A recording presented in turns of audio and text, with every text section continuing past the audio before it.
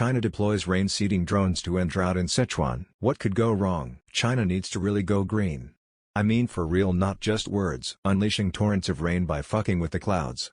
This seems more like the premise for the next disaster film than anything else. This place used to make an amazing sauce for my McNuggets. Hope they survive.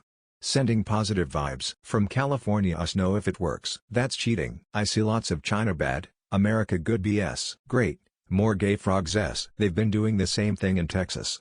I honestly can't understand how weather modification isn't considered an act of war, or at least an illegal form of geoengineering by every other country in the world.